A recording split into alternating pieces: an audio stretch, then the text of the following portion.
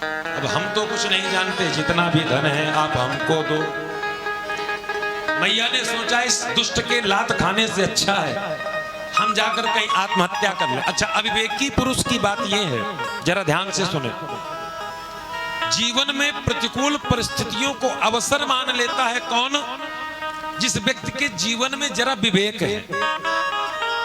कभी आपने कदाचित गलती से भी सत्संग कर लिया हो तो सत्संग का कोई ना कोई बीज तो आपके जीवन में पड़ा होगा।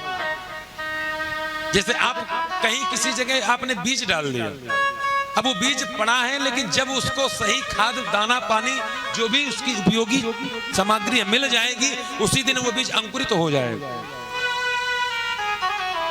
अब जिस जगह बीज ही नहीं है तो निकलेगा क्या?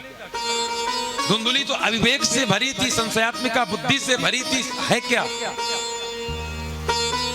तो आत्मदेव पंडित जी के जीवन में भी यही स्थिति आई। उनका भी अपमान धुंधुकारी ने किया, उनको भी लज्जित धुंधुकारी ने किया, पर उन्होंने आत्महत्या नहीं किया, उन्होंने अपना आत्म कल्याण किया है। यही फर्क है विवेकी और अविवेकी पुरुषों में।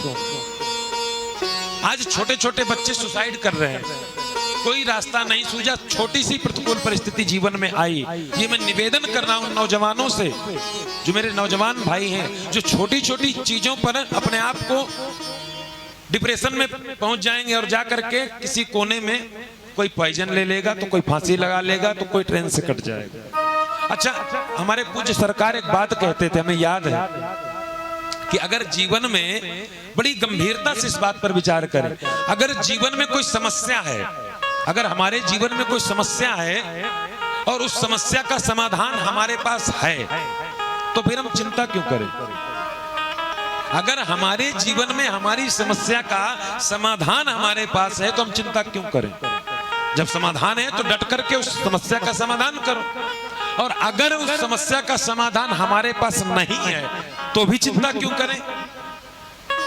जब हमारे पास उसका समाधान ही नहीं है तो ईश्वर के हाथों में छोड़ दो, परमात्मा जाने जो करना है करें।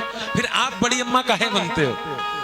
जब चिंता का समाधान, उस बात की व्यवस्था हमारे पास नहीं तो छोड़ दो गोविंद के चरणों में, छोड़ दो परमात्मा के चरणों में और निश्चिंत होकर के जियो। अगर इतनी सी बात, अगर ये दो सूत्र आपने जीवन में धारण कर लिए तो मैं कहता हूं कोई भी नौजवान भाई, कोई भी हमारी इस संस्कृति का हिस्सा अपने आप को खत्म करने की ओर नहीं जाएगा।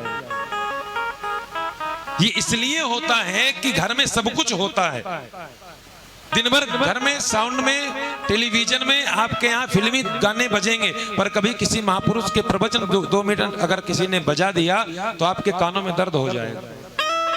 और हमेशा कहते हैं भैया अगर जीवन में कल्याण चाहते हो तो गोविंद के भजन सुनो, गोविंद की बात सुनो, गोविंदा के गानों से कल्याण नहीं हो। तो अगर जीवन भर गोविंदा के गाने सुनोगे तो फिर किसी दिन आपको छोटी सी बात में पॉइजन की पुड़िया खा करके गोविंदाय नमो नमः हो जाएगा। बोलो राधे राधे, थोड़ा जोर से बोलना पड़ेगा।